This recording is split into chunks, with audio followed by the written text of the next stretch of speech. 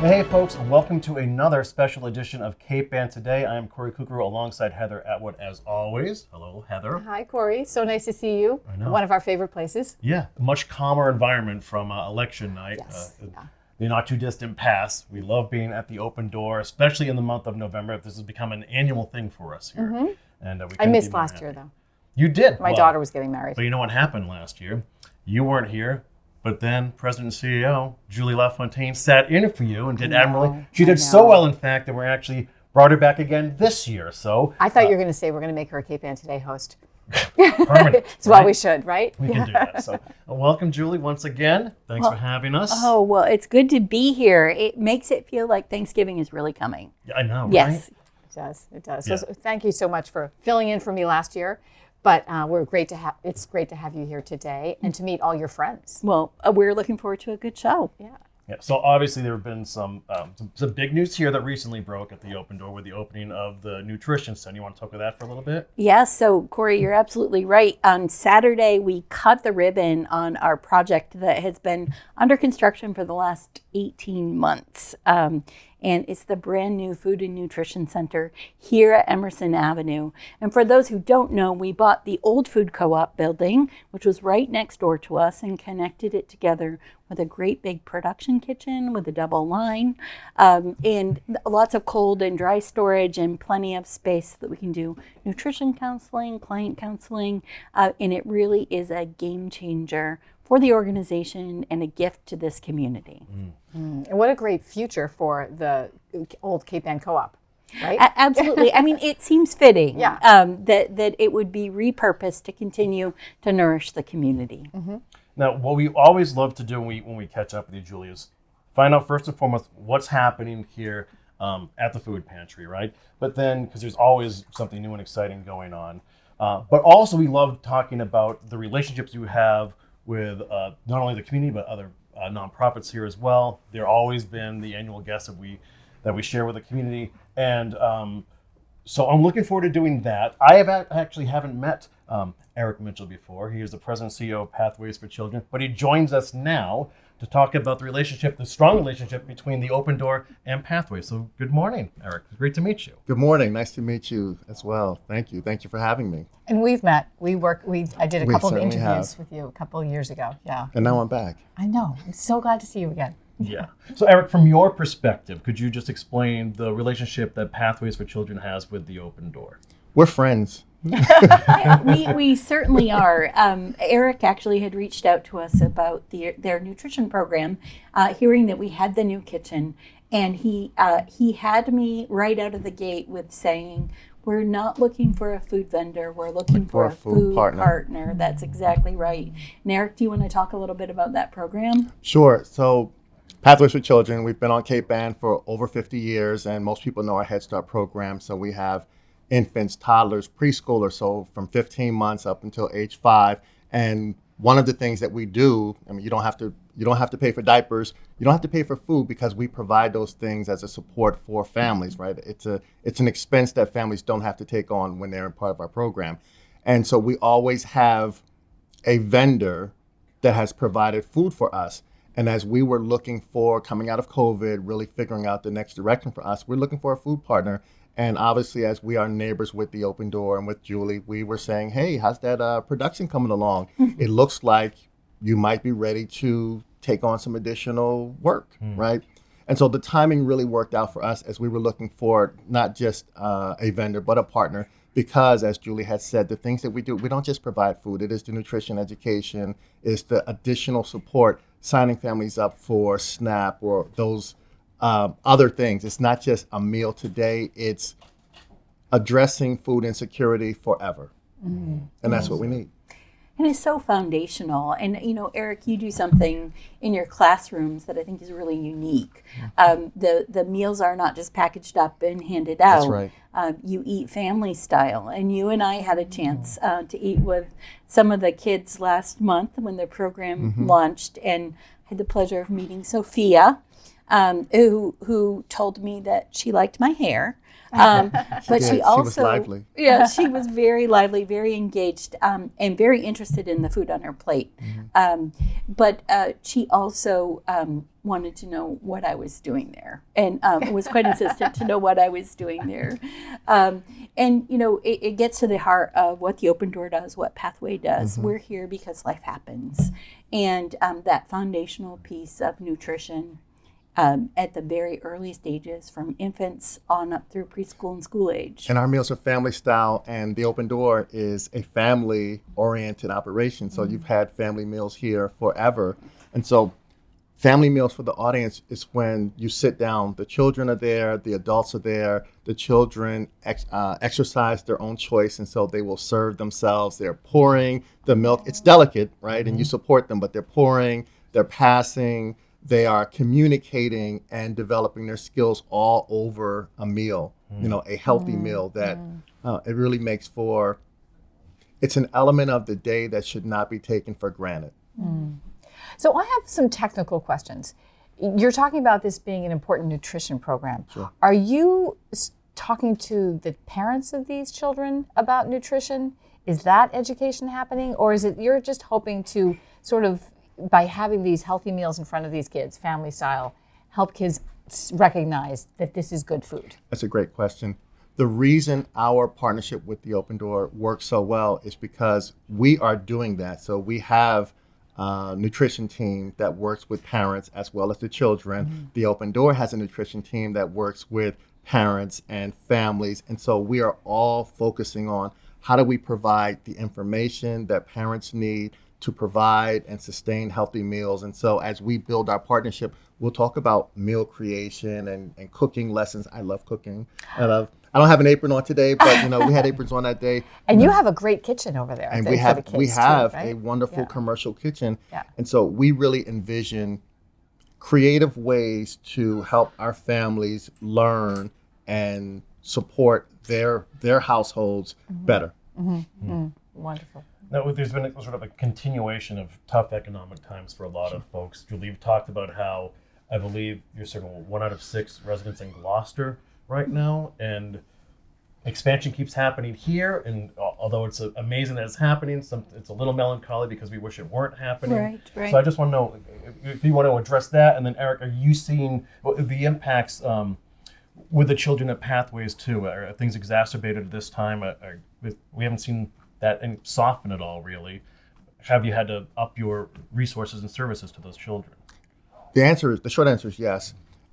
The easiest way to explain that is our relationship with the Open Door has picked up. Our partnership today is really an evolution of our partnership through COVID. And so during COVID, when we couldn't get families into the Open Door brought the food to families. And so we could see by the number of bags that were brought over for families as that continued to increase, that what we had been hearing about increased need and increased food security, was really valid. Those really valid points. Anyone that doubts that families are really struggling to make ends meet and that food costs being what they are is a challenge for families should just watch Tuesdays when food is being distributed. The lines are longer. The costs are up. We know it when we go to the store. I'll tell you a story. The Open Door had the food truck on Tuesdays when the weather was right, and it would park right outside on Emerson Ave in our parking lot. And families would then get it.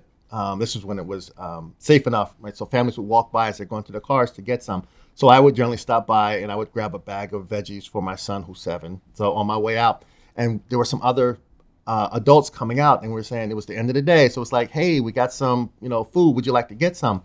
And we all know that a lot of adults don't necessarily feel comfortable in accepting, additional food. And here's what happened. We have eggs, and the line just snaked right around. It was that simple. And remember the cost of eggs Remember there the for cost a of while. eggs. Yes, Right. they're becoming more reasonable. But Eric brings up a good point about that program. We really like to bring it to a location as a universal market, meaning that if you have a child at Pathways, if you work at Pathways, if you're the janitor at Pathways, you can use the market. And research tells us that that takes the stigma out of using a program. It's not the poor people's market. It's the market for Pathways families, and that's a great family to be part of. That's so important. Yeah. Good for you for getting those vegetables out there. Absolutely. Yeah, Those yeah. carrots and Yeah. fresh veggies, the broccoli, I can tell you, Yeah. take it home and we cook it.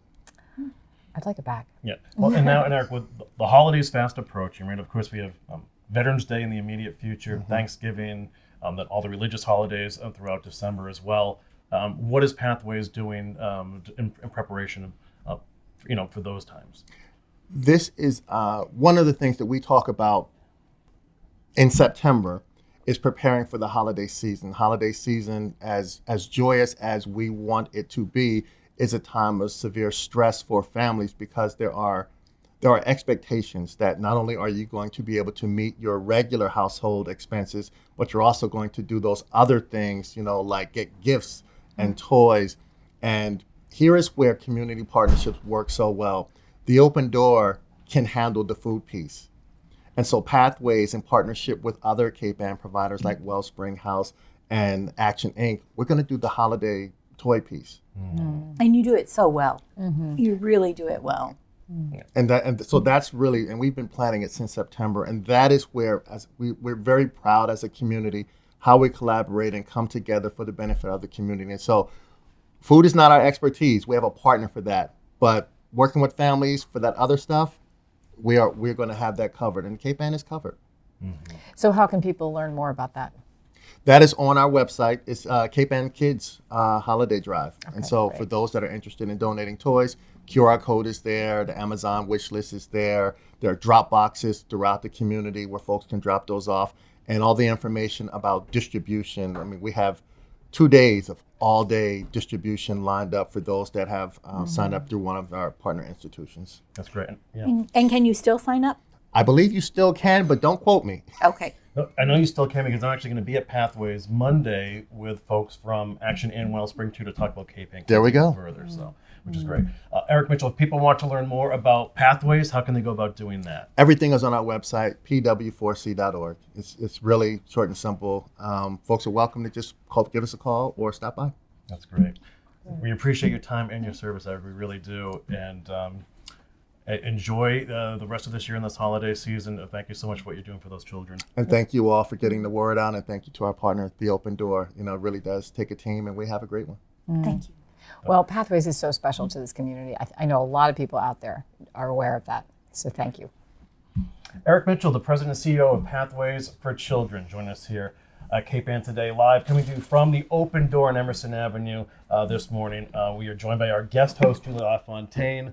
Julie, it is amazing all these partnerships that you have and how layered they are. And I mean, most folks in the community don't know how deep these relationships are and how many services are really happening amongst all of you. So it's really cool to have these conversations and get to do a deep dive. And it really is. And it is a pleasure to be part of a community that does such a good job caring for every aspect of the person. You made great points Saturday during the ribbon cutting ceremony of what this property has sort of always represented, right? Because we're talking about the new shop at the corner at Emerson, Yes. right? Yep. But historically, what this area Right. has provided for the community. So it was interesting, Corey and Heather, we found a map from 1830, and it had the area right along the Annisquam River between here and the Annisquam River labeled as the Old Town Farm. And digging into it a little further, the Veterans Center used to be the old cow barn. I've been told that this building here was on the site of an apple orchard. And the Huntress was across the street, and it was from there that the city took care of their people that needed some extra help. So whether we're on the exact spot or not, this neighborhood has a long history of caring for the people of Gloucester and Cape Ann and beyond. Yeah. It's so interesting. I know. Really interesting. Pathways right across the street, and then of course Yeah. Cape Ann Veteran Services literally next door here too. And so joining us now from Cape Ann Veteran Services is the District Director V. Chipperini once again. How are you, V? Good, I'm doing well. Good morning. Nice to see you Good again. to see you also, Another Heather. regular on the show, Vic. I know. I'm getting there. I'm getting to be one, I guess. So And the obviously- neighborhood. I'm sorry. I was No. going to say, we're right at the cusp of Veterans Day, so I'm sure you're out straight right now. It's Just, okay. I guess a quick reminder of exactly what Cape Ann Veteran Service is doing right now for folks. So right now, we are leading into Veterans Day this coming Saturday. Our celebration will be Saturday morning at the Gloucester High School.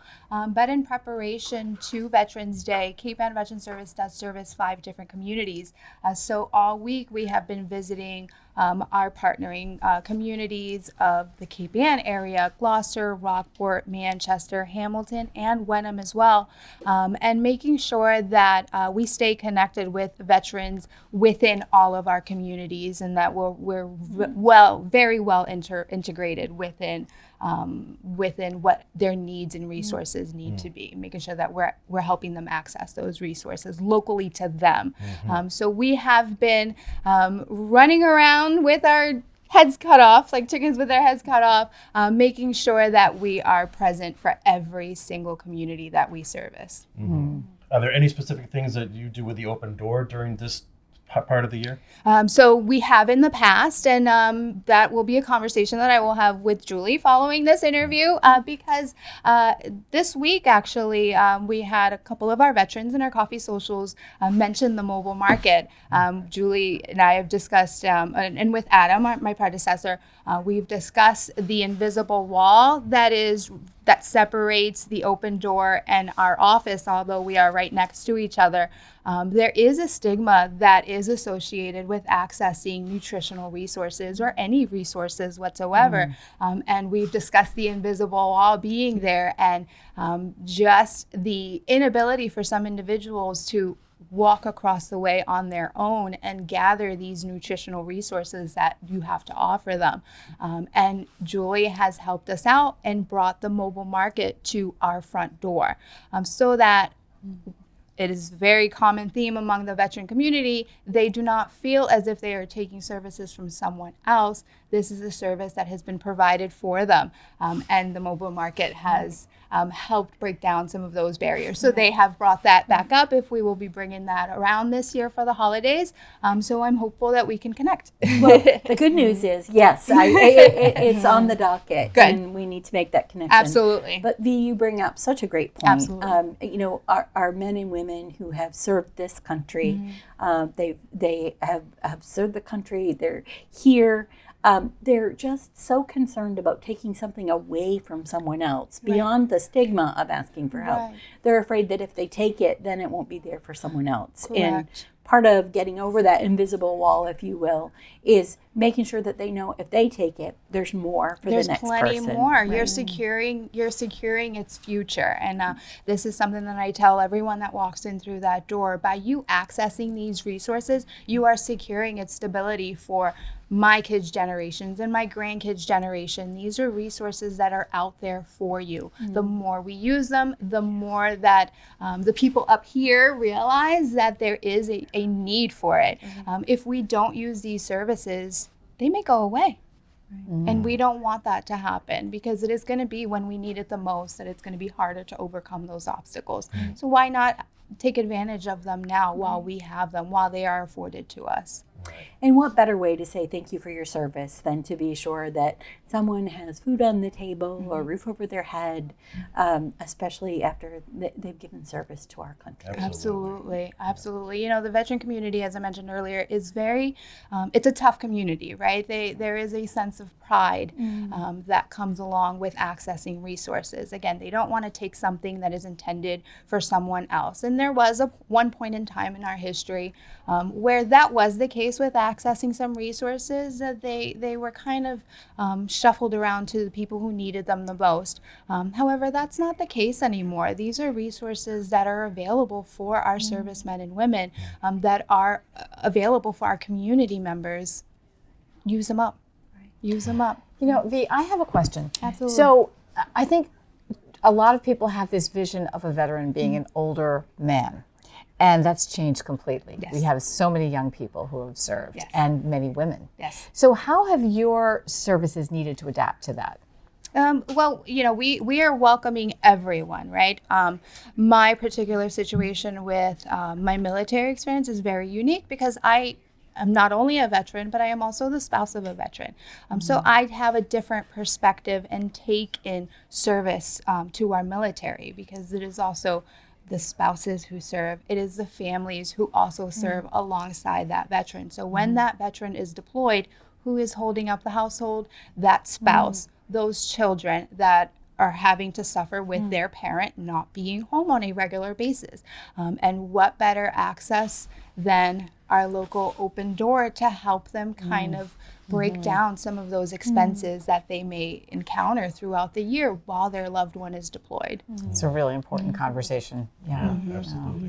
And as this is Veterans Day week, thank you for your service. Thank you. I appreciate that. With much appreciation. And Thank I know your predecessor, Adam Kukuru, Yes. actually served on the board of the Open He Door did. and did such a great job of helping build that bridge.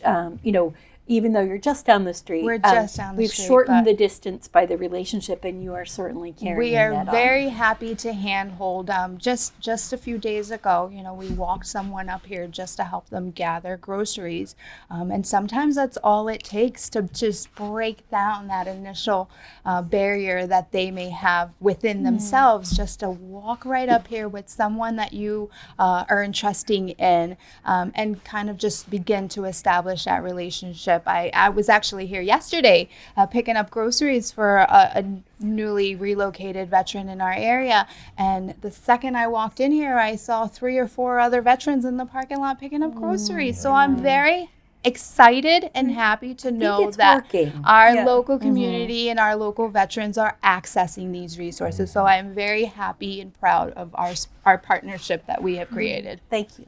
That's awesome. So I don't want to get it wrong, but I would like you to tell us about the medal that you wear on your chest, because I know you've been really, the country has been honored by your service. Thank you. Yes, I do have a Purple Heart.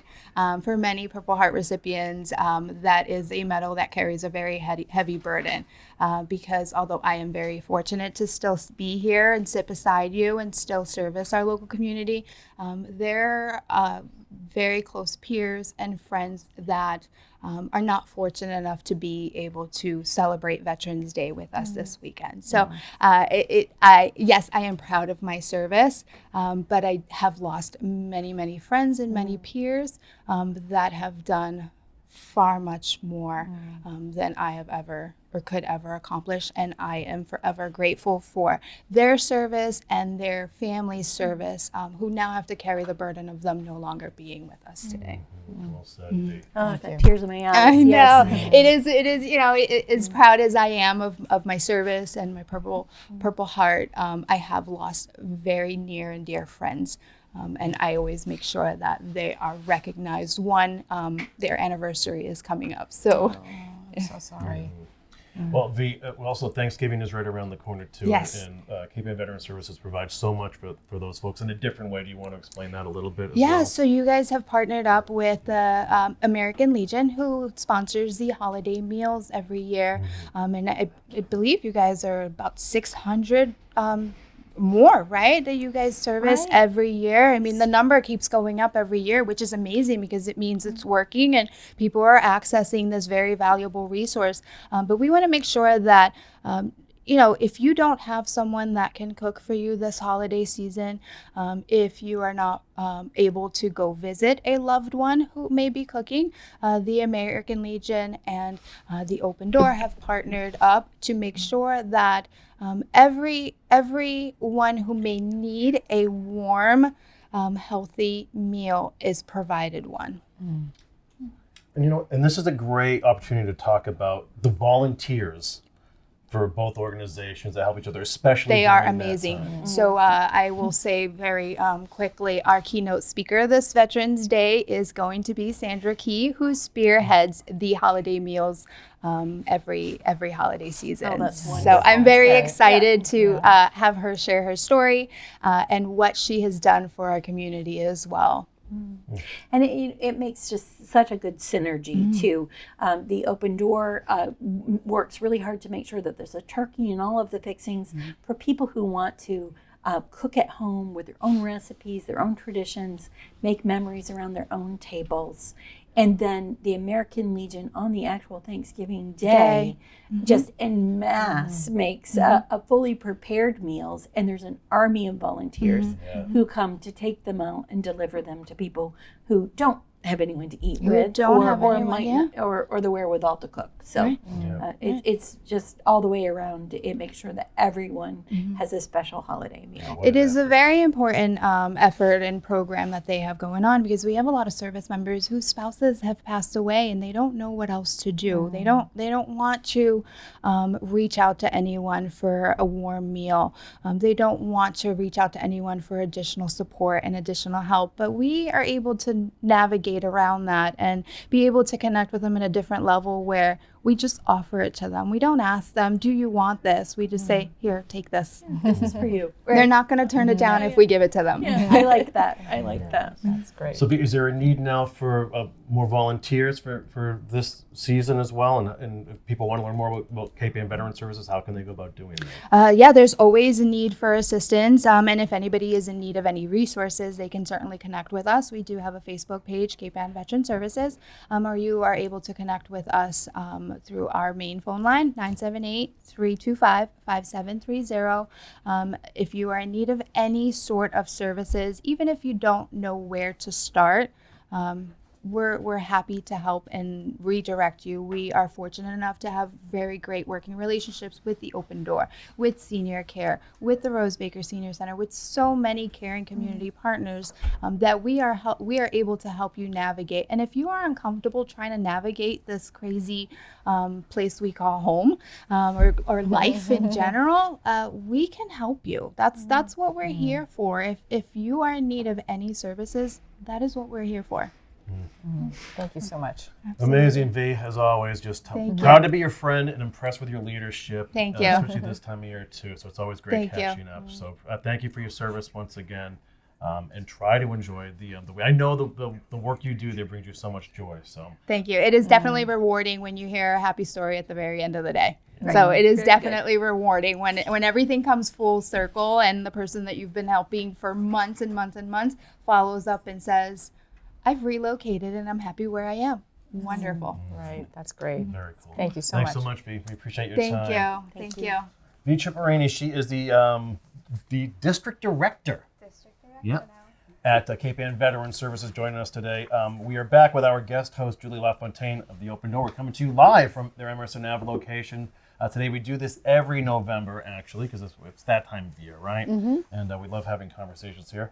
And so Julie's been gracious enough to sit in and help us navigate through all of, a handful of their important partnerships. I wouldn't call it navigating. I would call it spending time with. Yeah. Conversations Yeah, with conversation. Corey and Heather. Yeah, and Julie and her friends. Yes. But Yeah. there's just so much going on within all of these organizations, especially this time of year, that sometimes it's hard to wrap your head around and see how these people can get through the day. I know. They're working so hard, and particularly in this season. And now another organization that provides so much for our area is Action Inc. And joining us from Action Inc. Is their CEO, Peggy Haggerty Steck. Peggy, it's great to see you again. Hi, everybody. Hi, Peggy. Happy feel like to be here. I haven't seen you since COVID. I know. Well, on Right. Zooms, many a Zoom. Yeah, on the last COVID Zoom. during COVID. Exactly, Yeah. yeah. Well, so what's the latest? We heard great news about the grant recently. Yeah, that was exciting. We were only one of a handful of organizations across the country to get it. So we ended Wow. up getting calls from our federal funders, which was terrific, and not something that we had expected to come through. So that was really great. So we were thrilled about that. And now we can provide additional support services to folks that live in some of our properties, because as I'm sure everybody knows, when people transition from homelessness or other circumstances, when you get established in a new place, sometimes you need extra supports to just sort of get resources from Second Glance to help you furnish that place, or help with different aspects of living independently. So that grant will help us to provide support to some of the residents that we currently have that don't have those services attached to the building that they're in. So it's a great addition and a much needed service for folks that are just trying to get by every day in their own little piece of the world. So it's really good. Yeah. Well, congratulations. And Peggy, the Open Door has a long history with Action. And in fact, in reading through some of the founding documents, the very first food pantry was in the basement of Browns Mall, and a corpsman would go down and pick your food for you and bring it up if you needed food. And those were in the very earliest days of the organization. And Action has actually spun off many of the nonprofits that are here in Gloucester. Do you want to talk a little bit about that? Sure. I mean, I wasn't here for all those things, but I'm really proud of that. And that was part of what appealed to me when I first came to Action, was that as a community action agency, we have a particular mission to assess local need and then try to meet that need. And the great thing about that model is we became kind of our own little mini incubator. So when there were programs that grew to a certain size, some did spin off, like Pathways for Children, that those services used to be part of Action, as another example, or senior care. And one part of the Open Door merged with a different organization and became the Open Door. So there's a lot of history there where initiatives maybe began at Action, but then spun off and grew and became their own entity and are just huge additions to the community. So it really enhances our whole network of services by not trying to be all things to all people in any one organization. So, and we continue to do that as we evolve and try to make sure that we're always answering what the local need is, and that might mean adapting sort of who we are and what we're doing. Yeah. So it's a nice history to have. It I is. think it's part of the roots. You have a really nice process for gathering what the community feedback. Do you want to talk about that a little bit? Sure. It's pretty extensive. We spend almost a year on it, and we do everything from stopping people at the supermarket to chat, to surveying doing focus groups. We go out into the community to existing events and try to get as much input directly from people who live here. And then we also interview folks that are key stakeholders, like the Open Door, about what they're seeing and what they think the needs are, and try to get all that input. And then we also do a lot of data gathering from census data and other places to begin to formulate what we should be focused on for the next 3 years. So we just completed that needs assessment process and have that information posted on our website if folks are interested.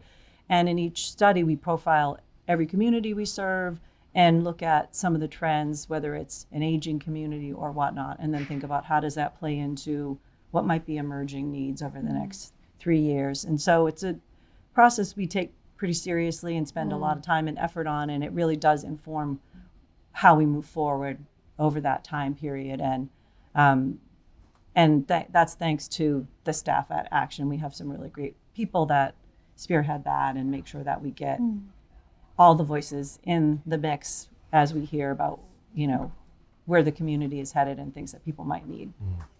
So I think we all want to know what you are seeing there. Could you say what some of the trends that you're seeing? Sure. Affordable housing continues to be the top need, and it has been. I've worked at Action for 14 years, and for every needs assessment in my time, it's been at the top, and it was prior to that. So housing continues to be a huge need, as everyone knows from the news or from friends or family, how difficult it is for folks to find an affordable place to live. Another area that came up again was behavioral health. So help with whether it's mental health services or help getting access to substance abuse services, that continues to be an emerging need. That came up in the last needs assessment, but I think COVID tipped it into a whole new place, and many, many families are facing those struggles and having trouble, whether it's access for themselves or their child to get access to those services. So that's a big need that continues too. But housing and behavioral health are really the top two. And, so we're looking at ways we can do more around housing and also partner with others around some behavioral health initiatives to make sure that we're enhancing what's available locally to people that need it. So, go ahead. Well, could you just run down really quickly what kind of housing services Action is providing right now, including the building you built on Main Sure. Street? We try to look at it as a continuum, because people need different things and kind of plug into housing at different places. So we try to do prevention. So we help folks try to avoid losing their housing with tenant-based rental assistance or help around a potential eviction. So we do those support services on the front end to help stabilize that person's housing and work with them and the landlords to help come to a positive resolution that works for both. We also provide emergency shelter for individuals. So if someone's trying to preserve their housing or they're too late in that process, they've lost their housing, we help folks, individuals, adults with shelter. And while folks are at the shelter, they're on a moving on plan, and we help them put together the pieces to help them move on, because shelter is no one's final stop. And I think people misunderstand shelter. Shelter is an emergency situation for folks that have no other options. It is no one's dream to end up in a room with bunk beds as an adult sharing and then having to leave every morning and be somewhere else and do other things. Shelter is so disruptive to a person's life. They can't attend to medical needs and other things. So we're trying to help folks transition through that. And then after, we provide various types of housing. So whether it's a voucher to help somebody rent a private apartment or rent in a building that we own, that's another whole aspect of our housing services. And then we also do some development. We've purchased buildings, and we also developed our newest building in partnership with North Shore CDC, which is the Harbor Village building, the old Camerons, as everybody loves to call it, which was a really successful project. And we've got 30 units there of 1, 2, and 3 bedrooms. And we have an active ground floor with 2 businesses renting spaces on the Main Street side. And then the middle space is a pop-up space for new business owners. So we're working with the City of Gloucester and a group called Up Next, and we're on our 4th season, I think, of helping folks do a brick and mortar test run of their business. So whether they were on Etsy and now they're trying to see, could I make a go of it on Main Street somewhere? And that's been really fun and exciting, and given, again, a new and different opportunity to some of the smaller businesses that maybe could help, contribute and fill out the Main Street, so that we have a range of businesses offered, and we're also supporting local people in that process. So that's sort of a new thing that we're doing that we hadn't really had the capacity to do in the past. Keeps it really lively there. Yeah, It's really nice. Yeah, and I will say, Harbor Village, just to speak to these sort of affordable housing angst that people have often in communities about what will this project mean, and folks have fears about things. We heard a lot of fears and concerns while we were having community meetings about building it. And there were lots of things that people feared and said would happen that we knew at the time would not, but it's hard for people to believe you until they see it. And once the building was built, it was fully occupied and people were living there for months.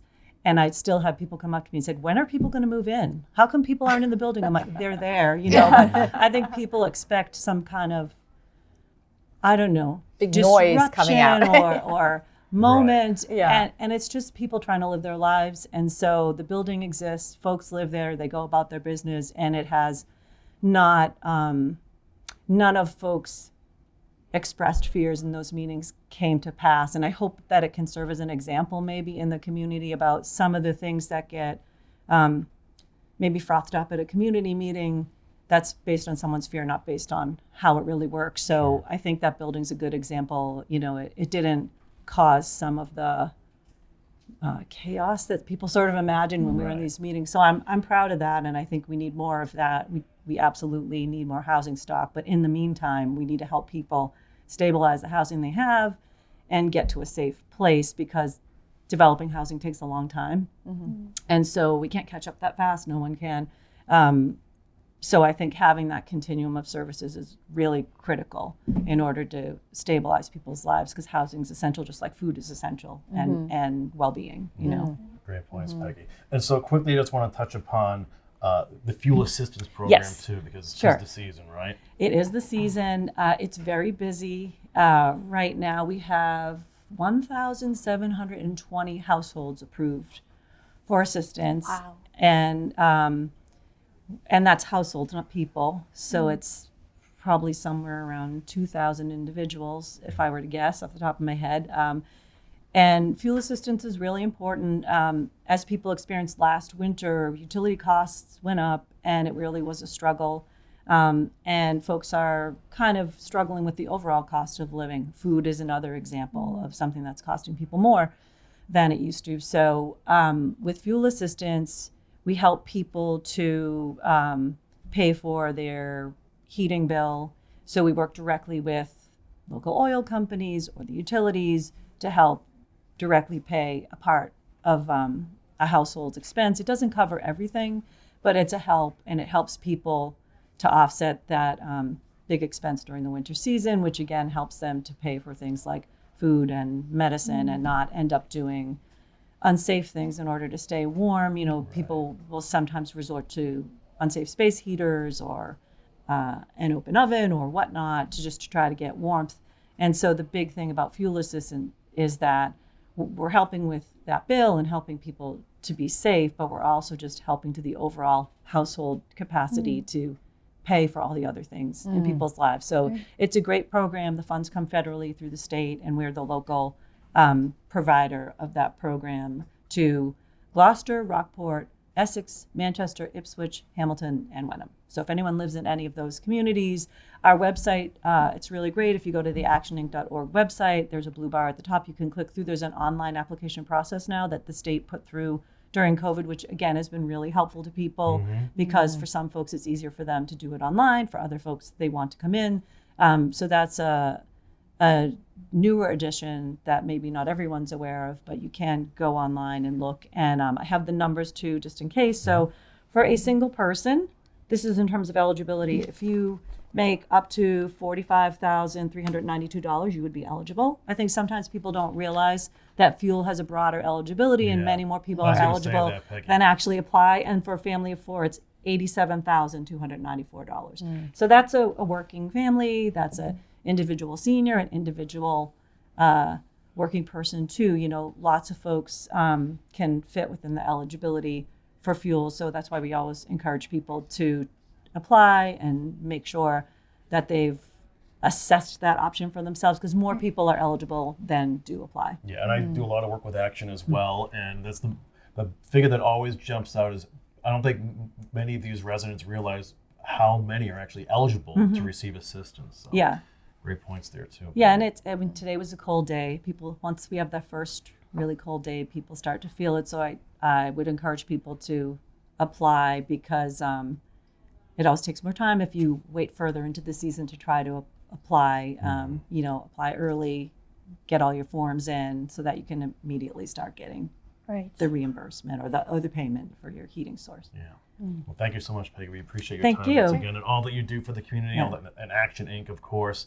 It's amazing. We have these conversations, and we could have spoken about 50 other things that the Open Door and Action are doing, providing for the community. So, again, thank you so much, and hope you enjoy the holiday season. You too, thanks. And thank you to the Open Door, the food assistance for our shelter and for folks living in our housing that have mobility challenges, and the holiday meal baskets and Second Glance are all huge resources that folks that we serve rely on. So we appreciate it. Thank you, Peggy. Thank you, Peggy. Peggy Hegarty-Stuckey, CEO of Action Inc., and she brings up a great point, Julie. Do you want to talk about the holiday baskets that we're preparing for right now? Yeah, it's a great time to talk about holiday baskets. So we touched on it a little bit earlier, but we are working really hard to make sure that everyone who wants a turkey and all of the fixings has that for Thanksgiving. We're going to do ham and all the fixings.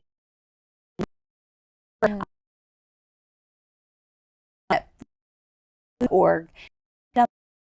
The website there, and you can click through and get yourself signed up. If you don't have access to a computer, or you can just give us a call at 978-283-6776, and the person there will be able to help you sign up over the phone. So it's time to do it. 'Tis the season. We understand that people aren't more hungry at the holidays, but it's a time that you want to make sure that people have a little more, and that's what this program is about. Absolutely. And it's and it's even just to donate and make this happen for a family is very inexpensive. It's one thing I've always maybe the thing that I've learned most about this is it doesn't take much to really make a big difference monetarily for those who are interested in donating to the cause. That's right. So if you need a basket, sign up at foodpantry.org. If you'd like to donate a basket, foodpantry.org, and the donate button will take you right to the holiday basket donation page. And just for $35, you can help make sure that this program works. Can I just add one thing? Please do. I am so surprised in these conversations about housing, not so surprised, but to hear Second Glance come up as a resource. That is so interesting. I love the Second Glance. I think it's an incredible model for this community. But I hadn't really made the connection between the need for, what you're providing in household items to these communities. So. Well, I mean, it really is about household stability, and that comes in the form of food, but it also comes in the form of furniture if you're moving into a new apartment, new clothing for a new job or a season change, or kids that are just growing out of the clothes from last season. And so Second Glance is a really important program of the Open Door. I think sometimes people don't fully realize that Second Glance is a program of the Open Door, and it's a way that we carry out our mission to alleviate the impact of hunger in the community. Amazing stuff. And another amazing organization, of course, is Wellspring House. And joining us now is the president and executive director of Wellspring House, Melissa Diamond. How are you, Melissa? Hi, how are you? Melissa, Great to see you again. You too. So this must be a pretty hectic time of year for you as well. Yes. I mean, I would say I don't know if it's quite as surging as it would be if we were on the front lines with food, but yes, particularly around housing needs and families' needs around the holidays. Yeah. So you want to talk about that right now? Are there specific things that Wellspring is working on right now? Of course, there's always education, that aspect too. Yep. I mean, our mission is to help people become financially stable. Ultimately, long term. It takes a long time when folks are starting from a place of earning minimum wage or just above minimum wage. As everybody is saying, housing costs in this region are just astronomically high, and that's what's driving so much of what people are experiencing. So we're always working on helping people get trained and get the skills and credentials they need to move into higher paying jobs. That's what we're always doing. But just like Action and the Open Door, we think about our work in a very holistic way. So there's never any one thing by itself. So what we're doing at this time of year is we get lots and lots of calls on something that we call the homelessness prevention line. So we get about 900 calls a year on that line. And so those are coming in, at a fast clip like they always do. And what that is for is any family in the local community can call us and say, I don't know how I'm going to pay my rent. I don't know what I'm going to do. And what we will do is then pause and say, all right, let's help you think this through in an organized way. And we'll help folks think about their income and their expenses. We'll assess what programs they're using and not using. So if they're not yet connected to the Open Door, or they're not yet connected to fuel assistance, we make sure that those things happen. We're really fortunate in this community that there are so many resources that are available to people in a holistic way. And sort of then at the end of the day, once those pieces get plugged in, then we can ask again, okay, so now what do you need still? And how do we get there? Sometimes there are state resources that can be available. We sometimes have private dollars that we can use.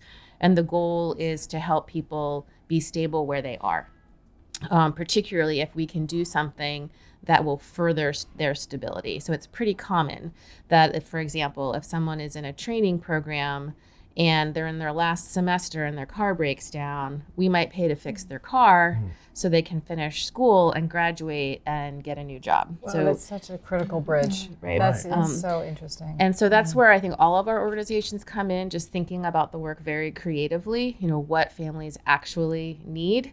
So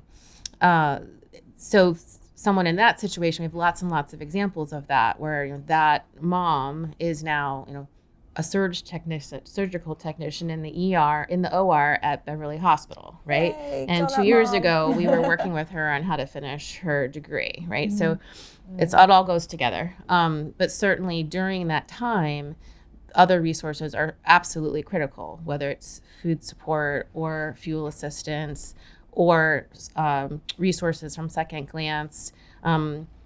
the organizations, the local organization Second Glance is available to folks for referrals. So if someone moves into our shelter program or is in a new apartment, we can refer them to Second Glance so they can get set up with supplies.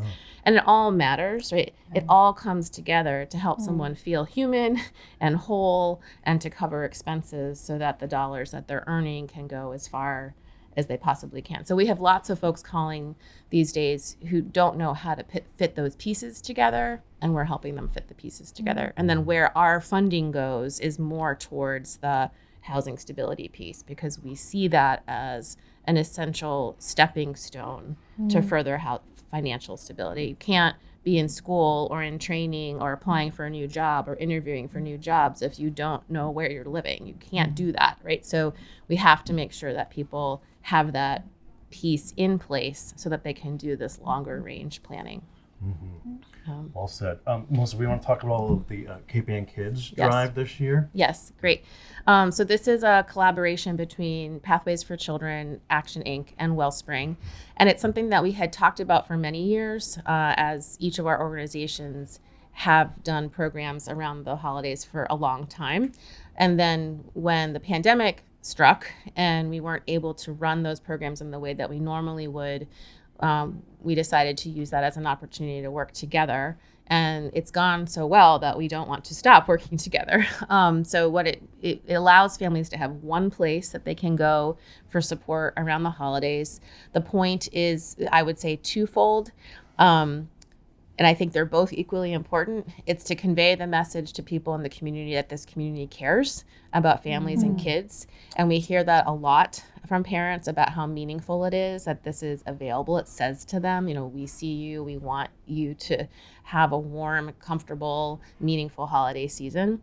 And then the bare bones, the financial aspect, is to give families a little bit of support so that the holiday gift buying isn't causing an additional stress along with other things. We don't ever want to see someone delaying a utility bill payment or be getting behind on their rent because they're trying to make the holidays comfortable and meaningful for their family. And I think in all of this, what's so important to remember is I don't believe for a second that because someone has less income, they are less entitled to the experience of humanity, right? We have families, we have people we care about.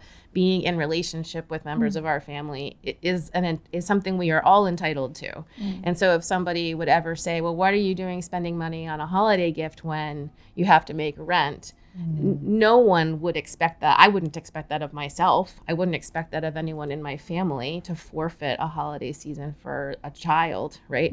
So that's where this comes in. Parents need to be able to express love to their kids, and we help them do that by making this a financially manageable holiday season. So Beautiful points, Melissa. And Melissa, you bring up such a good point of all of the organizations that have been here today and more that aren't represented here today work in a continuum of care. And I think that we've done a pretty good job of making sure that we're not duplicating services. And a good example of that is you gave me a call last spring saying, hey, we are working with the state with some unhomed people who are in a hotel. Can you help us with the food? Right. Do you want to talk a little bit about that? Absolutely. And I mean, there are lots of examples that we could talk about of ways in which our two organizations have collaborated before. I think it's also worth saying that we really like working with each other. I mean, that's something that's very special about this region and this place that we live, that there is so much collaboration. But it's not the first time that we've worked together around the issue of families living in a hotel site. The state was sponsoring families living in hotels back from the recession in 2008 and 2009, and that lasted for a number of years. And Wellspring was involved with that in a very large-scale way. We worked with 100 families at a time for 4 years at a hotel site in Danvers, and the Open Door was part of that. Back then, that ended in 2017.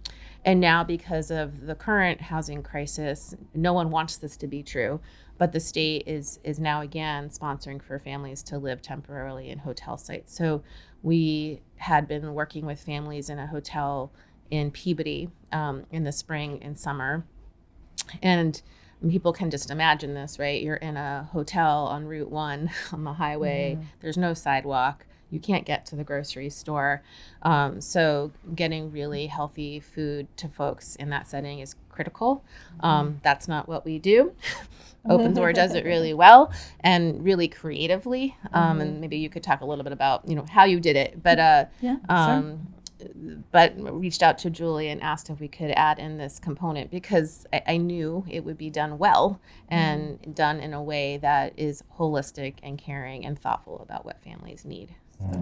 Well, it was a great opportunity for our farmers truck, which is basically a farmers market on wheels, to go down on Monday afternoons with fresh fruits and vegetables and culturally appropriate food as well. They were really thrilled when we brought plantains, but also diapers. And you don't think about it, but when there are young children involved, they have to be properly diapered. And so diapers and produce, and we were worked with Wellspring through the spring and summer, and we just finished up there now. But it was just such a great example of Melissa saying, hey, there's this need, and us saying, hey, we have this resource, and putting them together. And it's that kind of magic that happens, I think, in this community that cares for its own. Yeah. And there's a lot that goes into it. I mean, it's the relationships that we have between our organizations. It's our ability to remember that we all exist and should we be working together. And Julie's ability to say yes right away. And then the next level of it is the staff communicating. So then when it's actually happening, all right, what languages do we need? Do we need someone there who speaks Haitian Creole or Portuguese or Spanish? Can we make appointments in advance? Or what are the needs for what kinds of food? There's a lot of care and thought that goes into it, and that's what collaboration looks like. So. As we were, ramping up for this, I think there was an email that Melissa sent me, and she said, I've never been prouder to be part of this community. And I feel that way this morning with all of the people who we've been talking to. I've never been prouder to be part of this community. One of the things I just want to mention about housing, because lots of folks are talking about it, and I assume most people in the community of lots of different income levels are feeling it because utilities are more expensive for all of us. I currently have a notification on my email so that anytime a rental unit is listed in Gloucester, I see it because we're working on a housing initiative, which I'll tell you about. And I've just never seen rents like this before. So just as an example, the average rent right now for a 3-bedroom apartment is $3,200 a month. And what that means, and practically speaking, so that's close to $40,000 a year. Okay. And landlords typically nowadays will require that someone is making 3 times that income to demonstrate that they're making 3 times that income in order to be eligible to rent that unit. I do not make 3 times that income. Yeah. That rental rate is way more than my mortgage. So in terms of where we are, as a culture, as a society, we've really gotten into a place that is risky. How are people going to be able to remain in this community? And, with all of the conversation that may or may not happen about building housing, what I would say about that is our community needs to stand up and make it possible for community members to live here. If we want teachers and firefighters and nurses and medical assistants and people who work in the DPW and deliver the mail and do all of the things that make life possible, we have to stand up as a community and make it affordable to live here. One of the things that Wellspring's doing right now, so it would be helpful for folks to know, is we have a permission from the state to work with more families in Gloucester who are homeless. And so we are in the middle of expanding our program, and we have funding to rent 5 units in downtown Gloucester. And so we're looking for landlords who want to rent to us. Wellspring is the tenant in this case. And then we host families that need a place to be, and we work very intensively with them while they're getting stabilized and able to start renting on their own. So it's not specifically related to the holidays, but it's happening right now. We're hoping to lease units in December if possible, maybe January if we need a little more time, but that's something that we're trying to do today. What better way to be home for the holidays? Right, exactly. And with that comes, Open Door and all the other services. So I interviewed Ethan Foreman about that program, and I think I'm so impressed by it. How's it going? Have you found landlords? Yes, we do have good. a couple of landlords. Oh, good. Yep. So we are leasing up a couple of units, which is fantastic, and we have room for a few more. So, Okay, great. Yeah. Great. Great. There you have it. So Melissa, if people want to learn more about Wellspring or Cape Ann Kids, how do they go about doing that? Yeah, well, Cape Ann Kids, just go online to capeannkids.org. And for Wellspring, wellspringhouse.org. And our particular program around the apartments is called Ready to Rent. So There you have. I mean, amazing catch up, Melissa. We really appreciate it and all that you and Wellspring House are doing for the community. It's probably been the most fascinating part of this day and these conversations. We don't realize how interwoven all of these special nonprofits are and how they serve the community, and how much need there actually is for the community, and how many resources they do provide. I mean, it's a multitude of resources that run the gamuts of services. So don't we hope that everyone who is elected on Tuesday is watching this show and hearing about all these conversations about housing and need? for sure. And everyone who voted and everyone who didn't vote, everyone should be watching Yes, this show. right. Well, that's true too. Yeah. Well said, Melissa. Melissa Diamond, the President and Executive Director of Wellspring House. Thanks for your time. Okay, great. Thank you so much. Thank you, Melissa. Thank you. Julie. There's a lot of heavy lifting going on. A lot in of this going, community, huh? yes. But the good news is no one organization is doing it alone. We're carrying the water together, and that makes a lighter load. Yeah, So. absolutely. It's amazing how many times in these conversations with all these different organizations, right? Pathways and Cape Ann Veteran Service and Wellspring, Action Inc., stability keeps coming up, right? It's always insecurity and stability.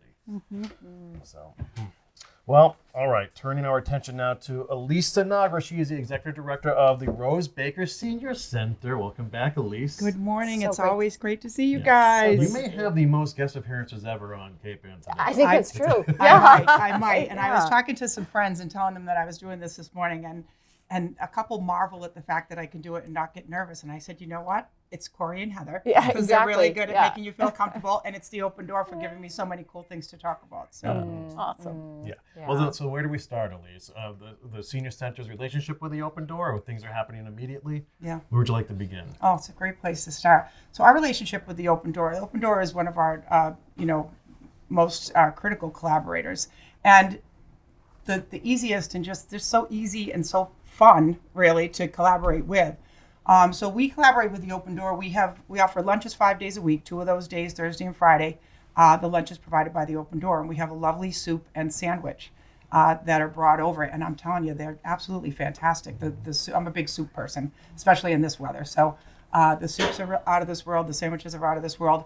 More importantly, the conversations that take place when we do the Thursday and Friday lunches, we usually get between 40 and 60 people signed up for those lunches. On Thursdays, we have a gentleman who plays the ukulele, Malcolm, comes in. And so if you walk into that room, that vibe I bet. with the ukulele very much in the background and all of the conversations that are taking place. And I don't know about you guys. Has anybody turned on to the whole lessons in chemistry thing? So I've been watching that on Apple TV. And the main character went off on this rant about how important food is and how it enables social connections and it enables celebrations. And I watched that and I thought, right on, that's exactly what it enables. And that is so embodied in the programs that we have down there. The conversations that are taking place, the smiles, the laughter during those lunches is just as critical as the nourishment that food provides at the cellular level to folks. So that's really important. The Open Door is our go-to partner whenever we have any kind of big celebration. We're still kind of walking on air a little bit from just being on the high of our Halloween celebration, which we had about 120 senior citizens, some amazing costumes, everybody having a great time. It was Barbie- so much Barbie fun, and Ken. right? So yeah. much fun. Scotty Mack was our DJ. Yeah. Oh my and gosh. I'm trying to, one of my missions in life is to get the seniors up and dancing more at our parties, and it's working. I had some folks dancing with me, and that was a lot of fun. And everybody just really always enjoys the food, and the Open Door makes it easy. So that's the last big celebration. And then I think it was yesterday, I reached out and I said, so here's what's on tap for the holidays. Our Christmas party is on December 21st. And this year we're very excited that we're going to do a Hanukkah celebration on the 7th, which is the first night of Hanukkah. And we're going to do a celebration. And some rabbi's going to come in and talk about some of the deep traditions associated with that holiday. I can't wait. I want to learn more about it. And, I reach out to the Open Door and say, this is what's going on. We got our party on the 21st. And then we're doing this other thing on the 7th. We're doing a Hanukkah thing. Can we count on you again? And can you maybe kind of theme it for us? On the 7th, can we make sure that it's kosher? And immediately, the answer always immediately is absolutely. Yes. And that's just the answer that you never want to take it for granted. I know I always need to ask anew every time, but I kind of do a little bit. I almost take it for granted because that with such a great partner organization that they're going to say generally yes. It's a yes organization. I think that the newer slogan of life happens. What is it? Life happens, we can help, right, Yes, Julie? yeah. And when I think about our population with seniors, when you think about that, life happens. How much life has happened? Right. Continues to happen, and seniors have so many needs, and so many things can get in the way of them meeting those needs. And so speaking of that, one of the other critical things that we partner with the Open Door on is that once a month we have a mobile market where we do a grocery distribution from the senior center. And I think with our population too, there is still, we're working on it all the time, but there is still a little bit of a social stigma with asking for help. And a lot of our seniors, for whatever reason, find it much more palatable to come in and get their groceries that help them stretch that food budget. And they like to do that right at the senior center, the place where they're comfortable. They come in for their bingo. They come in for all these other things that they enjoy there. So they come in, and it's like a big social occasion for that, too. It's a little bit frenetic. There's a lot of people there. I mean, we're serving a lot of people for those mobile market grocery distributions. And so it's a busy room. It can be a little bit on the loud side. But everyone's talking and having a good time while they're waiting for their number to be called so they can go up fun. and go through the line. And all the volunteers that are serving and handing the food out that are, behind the line with all the great Open Door staff. It's just a lot of smiles, and everybody gets to leave knowing that they, you can see everybody's brain already cooking up, like, not literally, but their brain's kind of cooking up. Okay, this is what I have for ingredients now. I'm going to go home. This is what I can do. Yeah. Yes. And our registered dietitian is able to come and do some cooking workshops sometimes, along with our community nutrition educator. And so, there's been some really great bridges built through nutrition. And if you think about it, we all have to eat every day. And what better way to gather people in for the socialization? We need nourishment for our bodies, but also for our spirits. And those conversations around the table do exactly that. Exactly. That's such a huge part of it. The data, I'm trying not to add R's at the end of words, but they don't You're a Gloucester girl. There's so much data that indicates the negative outcomes associated with social isolation. So that's always embedded in everything we do, is what can we do to further entice more people to say, come hither, and to let them know to come down. We're going to be a welcoming place. It might not be what you think it is down there. You know what I mean? Some folks just have whatever kind of, maybe it's a stodgy kind of view of what a senior center might be. But boy, we're having some fun down there, and we're having some conversations about some very current things. Some big changes have been happening to the building. The building's getting a lot of TLC. Yeah, right. So some exciting things are happening there to be able to just offer some new and more cutting edge educational offerings.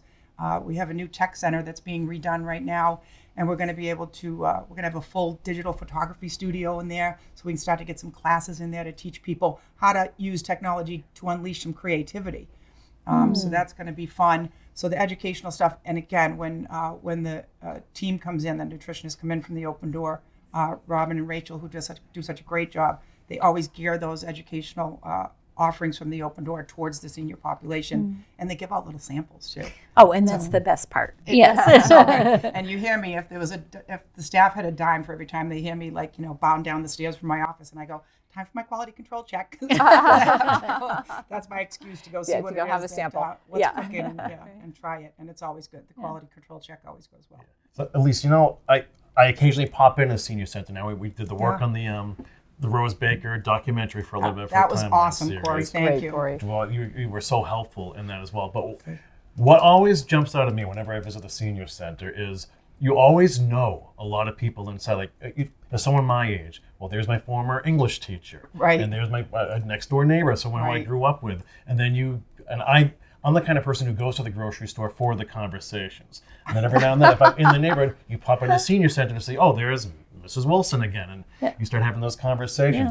They're playing cards, they're taking art classes. Yeah. It's a fun time. Yeah, it is a fun time, and I think that dynamic where there that sense of community is there, and the folks that have kind of grown up here and known each other for a very long time, that's a great thing. But it can be a little bit intimidating, maybe, if you're the person who didn't grow up here, I was and thinking you're just worried that. about walking into that environment where everybody else seems to already know each other. They went to high school together. So Yeah. so that's why the staff is always we're always on the lookout for those, the newcomer, the person who's there, who's the unfamiliar face to us. That becomes the most important person in the building, to make them feel welcome. We do have a need right now for some additional front desk volunteers. And that's the main criteria that's what we're looking for in those front desk volunteers, is to make sure that we can get some people in that role who are above everything else welcoming. You know what I mean? And we're trying to make sure, one of the things on our radar too is to increase our outreach into some of Gloucester's, kind of newer ethnic populations, and making sure, you mentioned, having plantains at some things. So we have that on tap. We're already making some inroads into making sure that each of the different cultural populations here in Gloucester know that we want to be an opening place, a welcoming place for them as well. And again, food is going to play a huge part in that. When we start to deepen those collaborations with some of the folks who can help us as a bridge to some of those different kind of cultural communities here in Gloucester. When we work with them on what we can do to make sure that we get that message out there loud and clear, that we want to be welcoming to everybody. Food's going to, take a role in that. And we know when we reach out to the open door and say, hey, this is what we got going on, and we want to try to make sure that we send this specific message to this particular population, we're probably going to get a yes. You will get a We will yes. get a yes. yes. I And know, and Julie. food is a great equalizer in so many ways. For new Americans, they can bring their traditions to our country, and it's this mixing pot, melting pot of what really is a reflection of how world civilization has developed over the years. And if you think about it, the marketplace was the center of everything, and has been recreated in a microcosm down there with all of the things that you do and in and around the market. And, Yeah, I hadn't looked at it that way, Julie. That is very cool. But what is really neat is to talk to people, when you talk to them about food, about like maybe their particular, food of their culture, people become so animated. They light up. They want to talk to you about food. They get excited about their favorite dish to cook and to serve. So we know, we know how important it is. And we know right now, I'm particularly aware of the fact that, with the holidays coming up, a lot of seniors, maybe they might live alone. Maybe they're not going to host a big Thanksgiving celebration. Maybe they've been invited by, a family member or just a kind neighbor to join in. And we all know, like, it doesn't feel good to show up, empty-handed, right? Yeah. And folks that are on a fixed income and trying to, use the door before the store. We always push that. But it's so nice to know that we're going to do one of those mobile markets before the Thanksgiving holiday. And I see that as a way that people can, again, they're going to be able to leave there with some ingredients and then say, okay, what can I make? I don't have to show up empty-handed. That's If right. you can do make this, a I pie, or you exactly. can, yes. I can say yes to that invitation and not be by myself on Thanksgiving, because I know that I can bring something and I can feel good about that. So That's such a good point. Yes. Yeah. Well, at least let's get some volunteers down to the senior center. Now, Yes. how can folks find you or learn more about the senior center? So the Rose Baker Senior Center, they can always just come on down. We have that very beautiful kind of Tiffany blue. I don't know if I can say that. That might get me a trademark. But it's a lovely blue colored building right down by the Dunkin' Donuts and the Walgreens Plaza. So stop in. They can call 978-325-5800. And then it has the prompts that get you to whoever you need to speak with. We have an activities and volunteer coordinator. I don't think I can call her quite new anymore because she's been with us for a little over 6 months, Natalia Moshe. And a lot of the community knows Natalia from some of the other things that she's done. And talk about the embodiment of welcoming. I mean, she was just perfect for that role. So her being the activities and volunteer coordinator, she's the person that you want to talk to, and she can tell you about the process and exactly what we're looking for. And and it's meaningful. It's a way that someone can have a volunteer opportunity that's really going to provide them with lots of opportunities for very meaningful interactions with people. I have a maybe an ignorant question, but I'm going to ask: is there any sort of transportation services that are provided to get to the Rose Baker Senior Center? Yes, thank you for asking, Okay. Heather. So we don't have this. The Council on Aging doesn't have transportation to and from the Senior Center. The Council on Aging board did a deep dive. We formed a transportation working group and did a deep dive to really look at it and look comparatively at what some other councils on aging do around us, because some of them do have robust transportation programs. What we discovered is the ones that do have those robust transportation programs that the COA runs, they tend to be in communities that don't have a strong regional transit authority like we do in our partners at CADA. Right. So we, the board, the Transportation Working Group, realized that the real need, the way that the COA can best kind of enter into the mix, is to provide transportation over the bridge. There's that bridge thing, and yes, right. that. Yeah. So Yeah. there's not a lot not a lot of options to get people over the bridge. And again, stretching a budget. Sometimes you need to go to Target, you need to go to Walmart. You need that dish strainer. Where are you going to get that? So we have a program now called Seniors on the Go, and it's familiar. Some people might remember the bus being around town. Seniors on the Go had been run. It had been a health department initiative that was grant funded, and when that grant ran out, instead of ending the program, we worked with Mayor Verga's office, and it was great. He said, let's just switch it over to be a Council on Aging program, and let's have Seniors on the Go take them out of town. So every Monday, we call them Fun Day Mondays, and every Monday now the Seniors on the Go, and this is all in our newsletter, the schedule of where it's going, they go out of town and they stop at a store for folks to do some kind of shopping, and then they stop and everybody has lunch.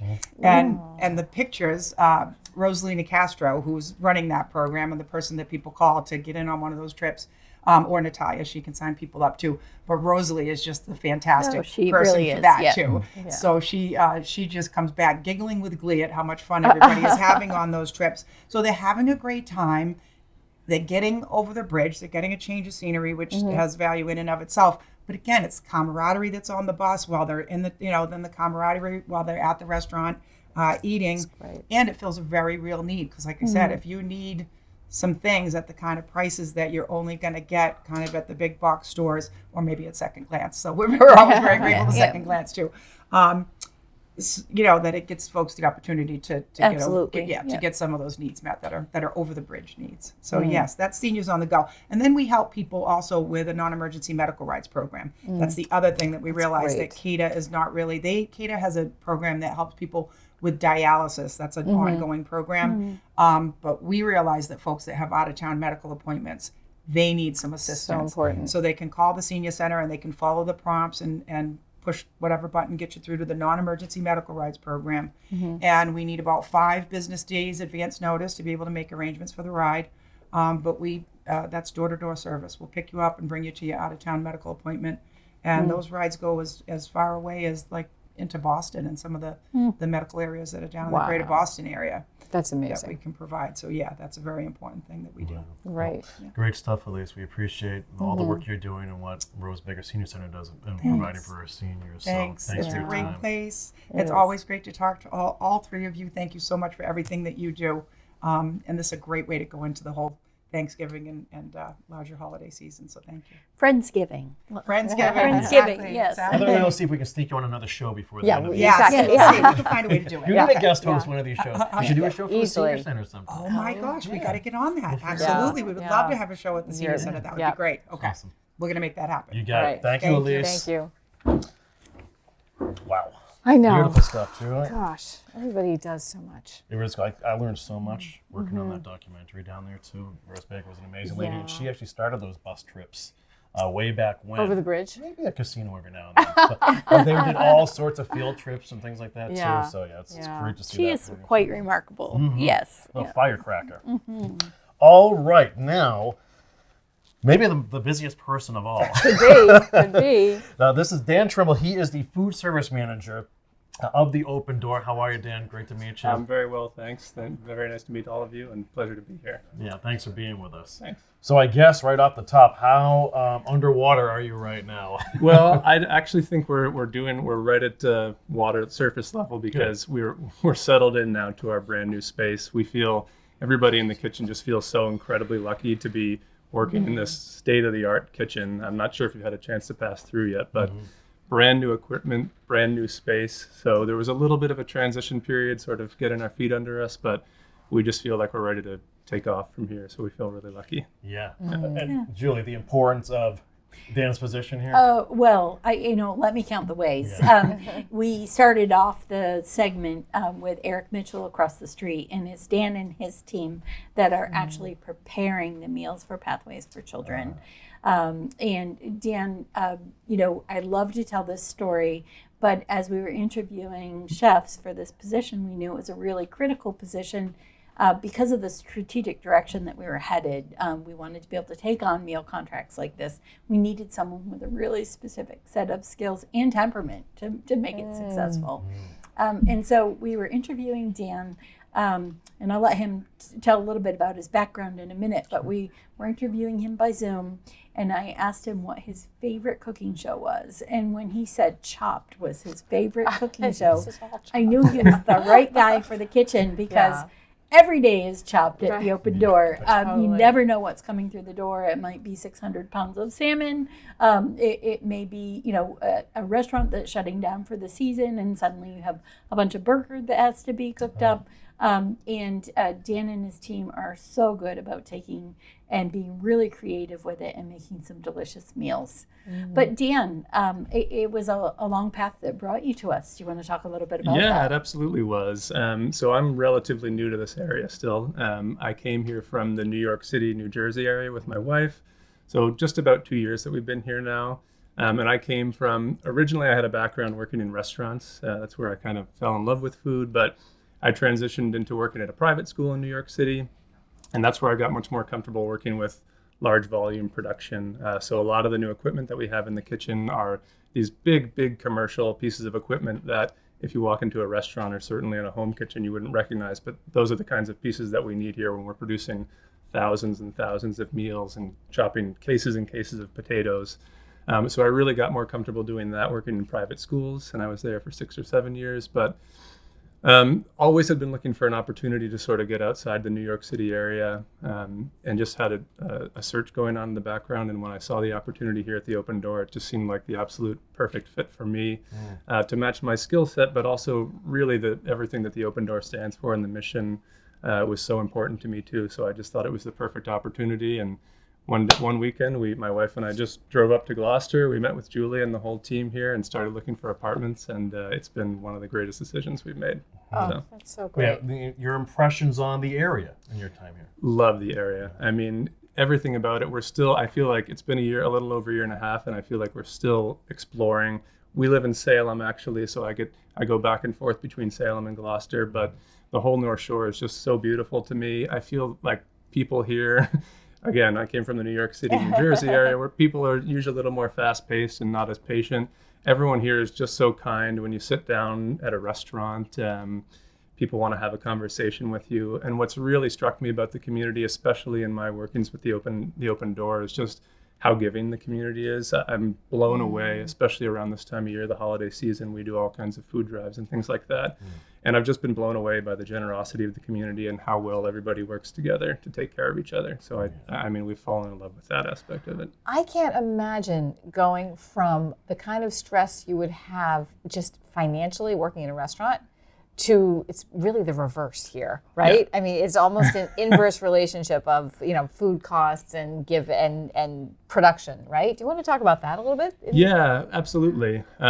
So it really is. We oftentimes have people come who want to work here who have restaurant backgrounds, and it's just very different worlds. Restaurants And this gets back to what Julie was saying about CHOPS. Restaurants are really, you're able to plan and you always sort of have control over everything. But here, we really don't know what things are going to look like on a daily basis. So it really takes a flexible person to determine menus and planning and things like that.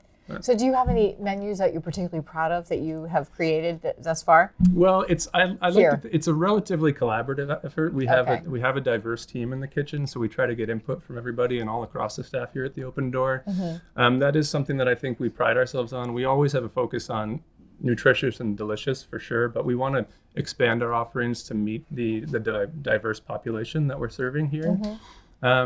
So I off the top of my head, I feel like I can't name one in particular, but we always strive to be reaching the needs of the population that we're serving. I know that recently just listening to Elise before me, and they had an Indigenous Peoples Day celebration at their senior center, and we made a Three Sisters stew that I thought came out delicious, and everybody loved it. So when all those things line up, when we're learning and serving the people that really are looking for these types of food, and to hear they enjoy it, that's like the biggest win-win for me. Yeah. So Jen, how many folks are actually part of what's going on in the kitchen, and then how are you starting to wrap your head around preparing for Thanksgiving? Yes. Well, so it's been growing. Now that we've moved into the new space, we've just hired a new team member in the kitchen. So we have myself and 6 other people on staff in the kitchen. And as we continue to add programs, I think we'll continue to grow that number. But yes, this is certainly a busy time for us. It just takes a lot of planning, really. And most of that, Julie and the team does a great job of making sure we have everything we need ahead of time and scheduled out and everything. So we're ready to take on the busy time of year. So for scope and scale, how many meals are you preparing a week? We prepare 3,000 meals a week at this point, and that's across all the programs that we offer here. So we have our community meals program. Like Julie mentioned, we're the food service providers for Pathways across the street, which I think is just an incredible partnership. And how many meals right there? It's a lot, right? It's about 200 a day, so 1,000 per week to Pathways, and that's between their Gloucester and their Beverly campus. So it's a lot, and we have all kinds of. We offer meals at the Rose Baker Senior Center, the Essex Council on Aging, over the winter's months with the Grace Center too. So 3,000, and I think the number just continues to go up and up. That's a lot. But the good news is we have a kitchen that's ready to take on more if Yes. it comes along to meet the needs of the community. And quickly, Dan, you know I can't have a conversation about the kitchen without talking about the tilt skillet. Yes.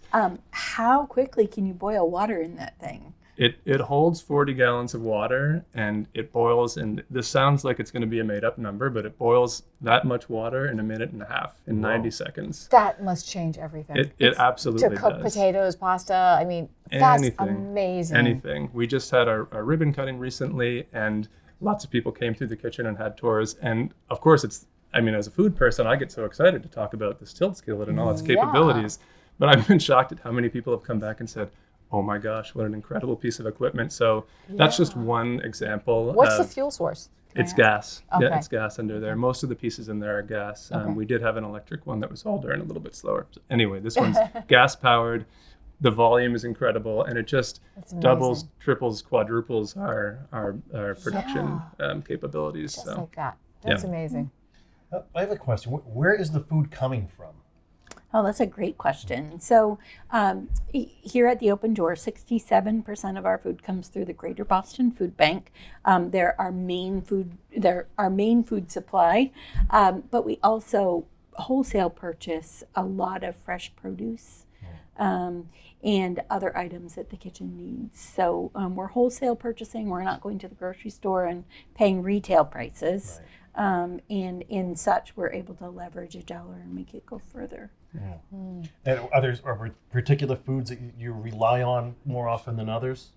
Well, we always are able to look and see what is available from the food bank. So that's kind of how we do most of our menu planning. We just always try to make sure that we're able to give the healthiest sort of options that they have available to make sure that we're meeting all of our nutrition goals. But it's changing all the time. So I wish I could say there was one or two things that we're always planning around, but it's kind of part of the fun. And I think it also enables us to offer a great variety in our menus too. Yeah. There have been times when I believe, Julie, that when certain food items are hard to source. Milk was an issue. Was milk an issue at one point?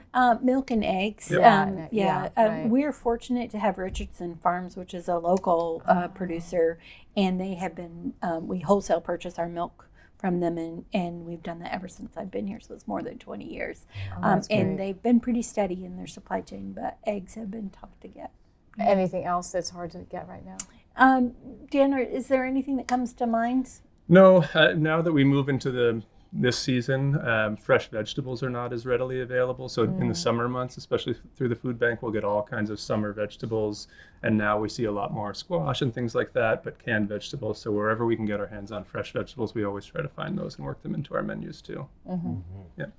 Then what do you want the public to know about what you and the other folks in the kitchen are actually doing on a day-to-day basis? Well, that's a great question. I mean, I encourage anybody who's curious to come by. We have this brand new state-of-the-art kitchen with a window in front, so I'd love for it to be able to show it off to anybody who's curious. But really, just that it's such a privilege for us to be able to do what we love as food people.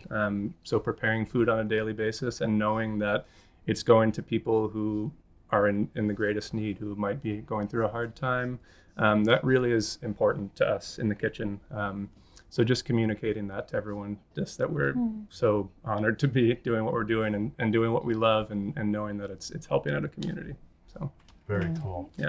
Well, we Thank you, appreciate Dan. your work, Dan. Thank and you your very time much. with us today, and it's cool to give us a little glimpse of the hard work that actually goes on back there. You know, we always talk about the finished product, but Right. right? there is a lot. I couldn't do it without my team, so it's a lot that goes on behind the closed doors. But thank you very much for having me. I appreciate it. Thank you too. Thank you. That's Dan Trimble. He is the food service manager here at the Open Door.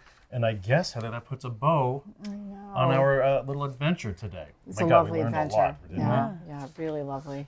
we? So, Julie, any final thoughts now as we head towards Veterans Day and the holiday season? Yeah, so just by the numbers, you know, the Open Door has seen a 28% increase in requests for food assistance since last January to now, over the same period last year, which means that we're not through this yet. And so if you need help, you need to reach out and get help. If you'd like to help, we need volunteers and we also need financial support. So foodpantry.org will get you to the portal to get food or to give help or any combination of the above. And just a reminder that, you know, we're here together as a community, and that's what makes us special. Well, I'm so happy that you sat in with us too. Oh, it's fun. Well, we Yeah. learn so much every time. So we really appreciate your graciousness and everyone here at the Open Door. I mean, what a gem for our community. And I love working with you, Julie. I always have. And just so appreciative of all the work that you folks are doing around the clock, 365 days of the year. Well, it takes a village, and we have a good one. All right, folks, that puts a bow on today's broadcast. We want to thank our guests. Of course, Julie was amazing today. Thank you as always. Eric Mitchell of Pathways for Children, V. Chipperini of Cape Ann Veteran Services, Peggy Haggerty-Steck of Action Inc., Melissa Diamond of Wellspring House, Elisa Nagra of Rosebaker Senior Center, and Dan Trimble of the food service manager here at the Open Door. That's a who's who of what's going on around really this is. community, right? And so many more. Right, so many more. And now our crew, our lighting director and on camera, Mike Dennis, our director, Alec Payne, floor manager, Alana Horn, production manager, Tyler Harinson, technical director, Tom Manning, digital director, Bridie O'Connell, operations coordinator, Emily Games, and the executive director, Eric Archer. Our next show is going to be Friday, December 8th at the Beauport Hotel, and then Tuesday, December 12th at Cape Ann Animalade. Heather will guarantee Heather is going to go home with a kitten that day too. Keep the streak alive, Heather. I cannot go home with another kitten. Happens every year. So, okay, we want to thank everyone here at the Open Door for their hospitality. You can learn more at foodpantry.org. Heather, great show again. What a week for us, right? Yeah, it was a big week. I'm ready for a nap and maybe some volunteer work. So there you go. All right, so thanks to everybody for watching. We will see you soon on Cape Ann Today. For all of us here at the Open Door, goodbye for now.